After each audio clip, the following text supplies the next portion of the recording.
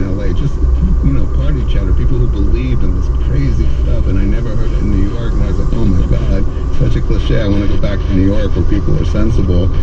And then all of a sudden I found myself becoming somewhat like that, unfortunately. Well, the book is full of circumstantial evidence, conspiracy theories, plenty of evidence, I want to say. It's a very compelling read.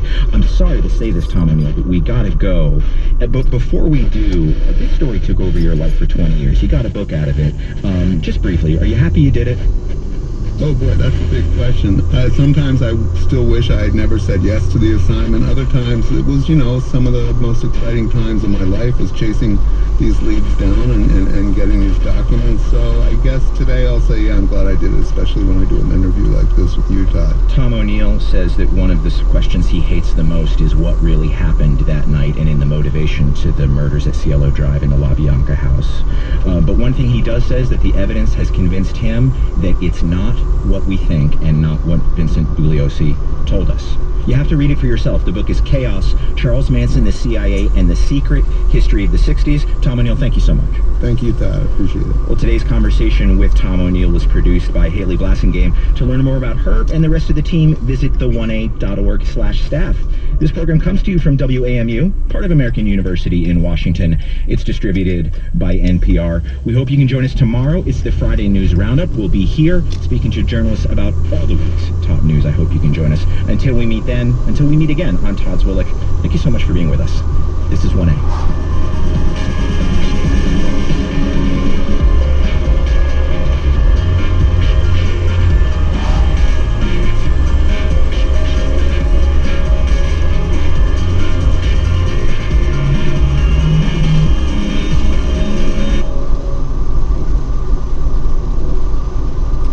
Support for NPR comes from this station and from the financial services firm of Raymond James, offering personalized wealth management advice and banking and capital markets expertise, along with a legacy of putting clients' financial well-being first. Learn more at raymondjames.com. From the Corporation for Public Broadcasting, and from the Charles Stewart Musk Foundation, for more than 90 years supporting efforts to promote a just, equitable, and sustainable society. It's some contagious encouragement, and that is what we are all about. That's what we do.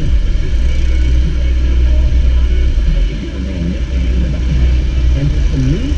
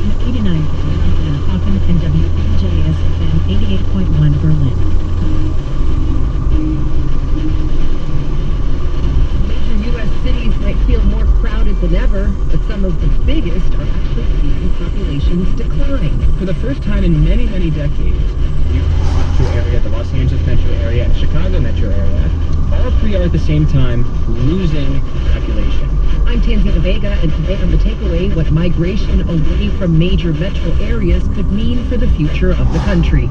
Also on the show, a real-life feel stranger than fiction. Sometimes people who come here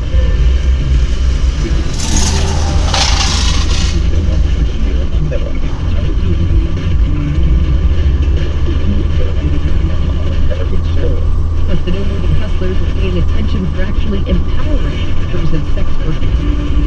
We'll hear from the on-set consultant who helped the filmmakers get it right. anywhere. The Takeover will be right back.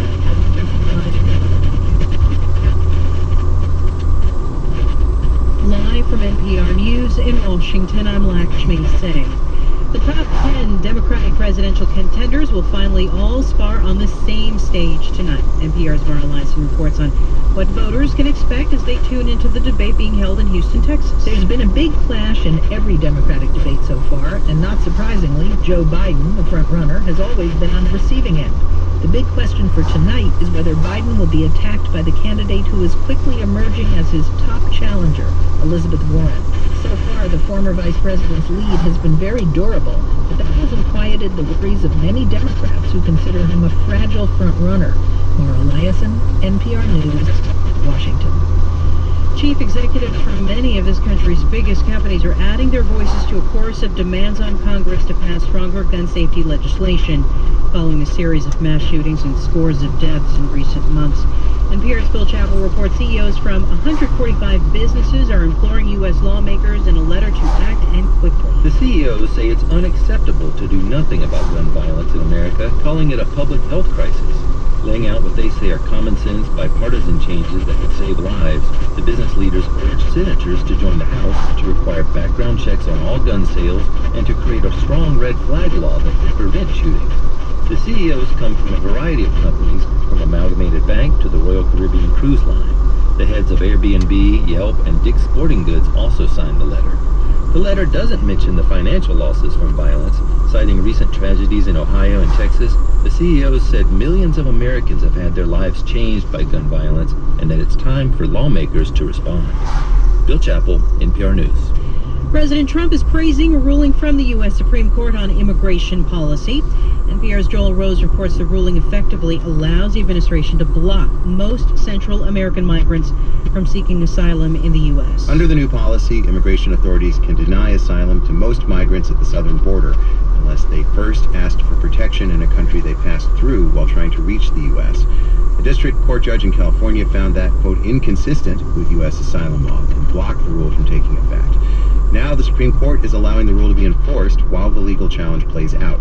President Trump called that a big win for his administration, which argues that migrants are gaming the asylum system to gain entry to the U.S.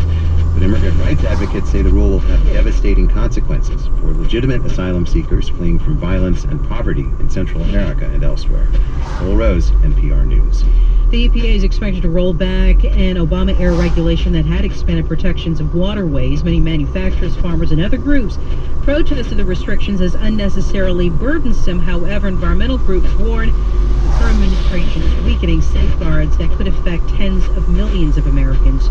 This is NPR. You're listening to WHYY at 12:04. It's mostly cloudy and warm, 87 degrees. Good afternoon. I'm Mary Cummings, Jordan, WHYY News. By a party-line vote, the House Judiciary Committee approved rules this morning for proceeding with an impeachment investigation. Only Democrats on the committee voted to move ahead, including Mary Gay Scanlon of Delaware County and Madeleine Dean of Montgomery County. Scanlon says those who accuse Democrats of doing this just to damage President Trump ahead of next year's election are wrong. You don't impeach for political purposes. You also don't not impeach for political purposes. South Jersey Democratic Congressman Jeff Van Drew is not on the committee, but he thinks his party is making a mistake. If something really new comes up that just demands it, I understand it, but I just am still at the point where I think that the best, form of impeachment is to win an election. Andrews says with the presidential election next year, voters can decide whether President Trump should stay in office. Pennsylvania Attorney General Josh Shapiro says he wants to make sure the founders of Purdue Pharma take responsibility for what he says is the pain they caused in the devastation of the opioid crisis. Purdue Pharma created the prescription opioid painkiller OxyContin. Shapiro has filed a lawsuit against the billionaire Sackler family, alleging that certain members are personally liable because they directed, controlled, and participated in what the Attorney General's office calls a deadly campaign of deception. Shapiro also filed a separate lawsuit against the company itself in May, accusing Purdue Pharma of an illegal effort to market OxyContin in Pennsylvania. As the Chief Justice of Delaware Supreme Court moves closer to retirement, the state's Judicial Nominating Commission is preparing to review applicants for the job. The deadline to apply is noon tomorrow. Chief Justice Leo Strine Jr. plans to step down on October 30th. Checking sports, it's Phillies Braves at the Park tonight. Phil's hoping to split the series. Drew Smyly steps to the mound at 7:15. In the forecast for today, we could see a thunderstorm later on, highs in the upper 80s. This is WHYY. Support for NPR comes from the financial services firm of Raymond James, offering personalized wealth management advice and banking and capital markets expertise, along with a legacy of putting clients' financial well-being first. Learn more at RaymondJames.com.